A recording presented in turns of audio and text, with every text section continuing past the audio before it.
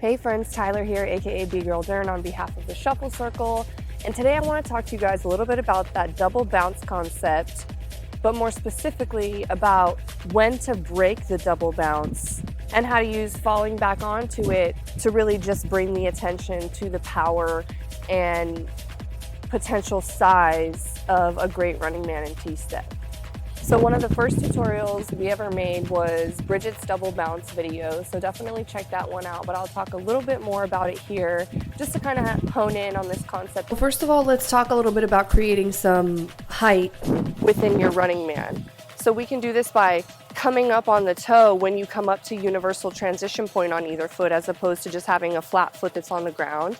And then also really squatting into the count position as opposed to just letting the foot drop. So if we're pulling up to the toe at transition point and squatting when we're down, we're really creating this nice big double bounce, as opposed to just the little one that comes naturally with the running man. Exaggerating that just creates more volume, if you will, within your shuffle. So now what I want to talk about is the appropriate times to really break that double bounce in order to bring crispiness to certain moves and also make returning to that running man look like the true bop that it is. Obviously, combining the running man and the T-step with a heavy double bounce gives it a nice, solid, swift connection throughout the whole freestyle. Times to break that are definitely slides and glides, first of all. So if I'm double bouncing on my running man, down, up, down, up, down, up, down. For my slide, I'm gonna stop that to make it look very sharp and also bring the attention to the feet there too. But when I return to my basics, T-step or running man, returning to that double bounce, I want to throw a moonwalk or whatever. Boom, boom, boom. Obviously, we remove that double bounce, make returning to the running man look good by giving it a nice high up down, if that's the look you're going for. Just again, something for you to try to continue to bring variation to your freestyles. Not that it's something that you should be doing every time. So another example of a good time to really make sure that you crisply break the double bounce is on a spin. You could continue a double bounce throughout a spin, but breaking it gives it sharpness. Again, you have that opportunity to fall back on to the double bounce when you're finished with that spin, just to really separate those moves and make them each look sharp. So the way you really want to break this in, at least with the running man, is just by doing a little half and half. So drop up, practice pulling up right there to transition point. Drop up and feel that out. Dropping to a flat foot, coming up to a toe, flat foot, toe, flat foot, toe. Don't forget to practice squatting a little bit more than you're used to there. All of a sudden then your running man's not just a challenge of maybe trying to open up your legs big and have high knees, but to actually come up and down. The next thing you know, you're just creating so much like volume with your dance, and it looks so effort filled, which is one thing that can be difficult for someone who is trying to create cool videos to interact with the community and maybe just get feedback from other people, is translating how much energy you're putting into it, into the video, because everything looks half size on camera. So you have to really keep that in mind and again, experiment with ways to make everything look bigger so you can really translate the energy that you're feeling, you know, when you're listening to that track and wanting to hit a freestyle. So here guys, I just kind of wanted to use my hands and a small freestyle to illustrate this point a little further, sort of alternating my palms as I also alternate from going super high and then squatting super low, and then keeping my palms flat when I cut that double bounce on a glide or a spin.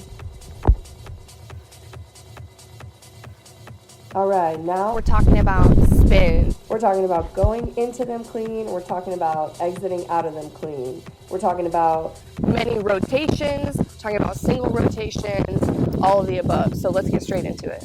So first of all, we're going to talk about going into a spin and making it look clean. So first of all, I always recommend transitioning from universal transition point. This is the first video we ever posted on our blog. This universal transition point being a 90-degree bend on the right foot or the left foot. So how many spins you want to get in depends on how much momentum you're going to get. So for example, if you want to do what the Shuffle Circle calls the walking spin, which is just a little 360 divided in half with 2 steps, We don't need much momentum for that. So from universal transition point, going into it, we just do a step.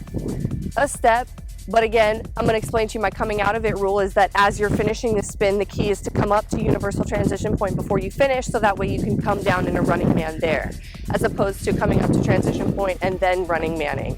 So we want that to happen in the spin. So let's talk about something a little faster. So if you need momentum, first of all, spins and glides are great things to practice in socks on tile floor. Whereas things like running manning and T-stepping, I don't really recommend doing that because you can't get a good grip and you can't really feel sharpness in between each move because you're kind of trying to continue with the momentum you have because you're in socks. But spins and glides, however, socks all day because you can really feel yourself spin, spin, spin, as opposed to not being able to really have any grip on the cement like I have here. So let's talk about something with a couple more spins. So for this move called the X-Plan spin that is in the shuffling category on the mini tutorials page, we jump into position to get ourselves a little more momentum. Notice how my top half is still facing camera though, because I'm gonna whip my top half around to get momentum, and I'm gonna spin on both feet as opposed to 1 foot. So when someone starts to spin on 1 foot, you accidentally lose your balance a lot easier. But if you maintain both feet all the way up until, here comes the key to spins right here, up until the last half of the last spin. So here I have one more 180 degrees to go. Once I'm here, I pull a leg up to transition point, and that way once I'm around to the front, I can go ahead and land in a running man and come out of that with cleanliness. So let's talk about that again. Jump into position.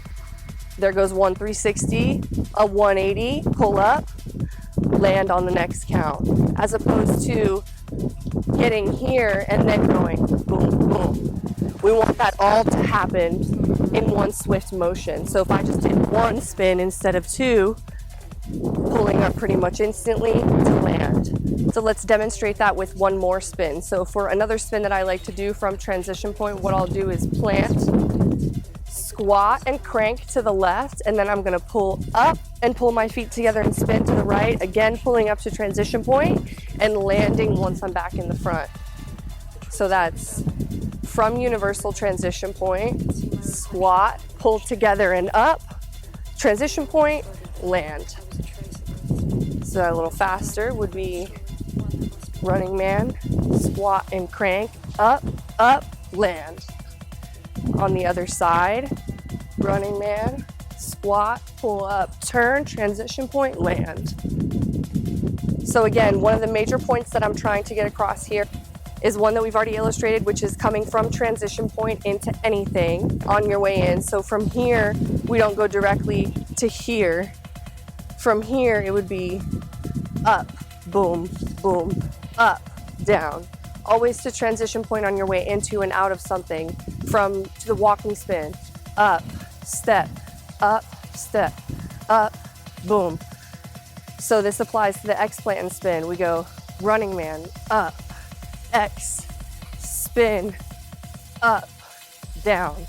So you want to make sure that you're pulled up to transition point on the last half of the spin and you land on the next count, as opposed to separating those moves out.